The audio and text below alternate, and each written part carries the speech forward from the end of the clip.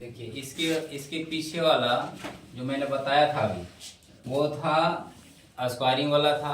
इसके पीछे और बताए थे तो एक मल्टीपल का था और एक दिन इसके पीछे वाला बताए थे वो रेशियो का फार्मूला।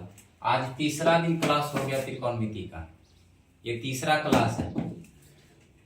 आज जो बताने जा रहे हैं अगला जो है, अभी एक चीज समझाया था समकोण त्रिभुज में। समकोण त्रिभुज में दो चीज चेंज होता है, यानी कि परपेंडिकुलर और बेस और परपेंडिकुलर। हाइपोटेनस कभी चेंज नहीं होता है। थोड़ा सा इसमें डिस्कस फिर कर देते हैं। देखिए गौर कीजिए, ये एक समकोण त्रिभुज भी है, यानी ए बी सी एक समकोण त्रिभुज भी है। अभी कह रहे थे कि यदि ये कोण 90 डिग्री का लिए थे तो इसका सामने वाला जस्ट बोले थे कि सर क्या है, तो ये कर्ण है, ये कर्ण है। मैंने कहा कि ठीक है, तो ये 90 डिग्री के सामने का कोण को कर्ण कह रहे हो, इसको एस से इंडिकेट करते हैं, यानी एस से हाइपोटेनस।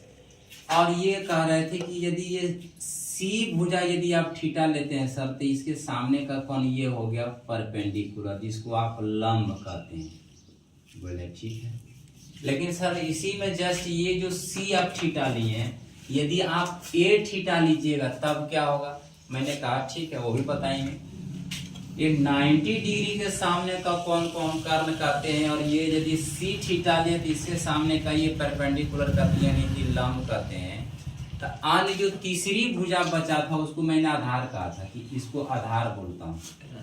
इसको बी से इंडिकेट करते हैं, यानी बी से बेस, बी से बेस। ये थीटा लिए तो ये परपेंडिकुलर, आइए तो कर्ण कभी चेंज नहीं होता है, कर्ण कभी चेंज नहीं होता है। अब देखिए इसमें क्वेश्चन ये था, बच्चों का क्वेश्चन था कि सर आप एंगल ए को थीटा लीजिए, एंगल ए को, यानी इसको यदि आप थीटा ले रहे हैं, इसको थीटा ले रहे हैं, तब परपेंडिकुलर कौन होगा। मैंने कहा ठीक है, यदि इसको थीटा लेंगे तब परपेंडिकुलर जस्ट इसका सामने का होगा, ये होगा परपेंडिकुलर, यानी कि लंब, ये लंब होगा, यानी कि ये परपेंडिकुलर होगा।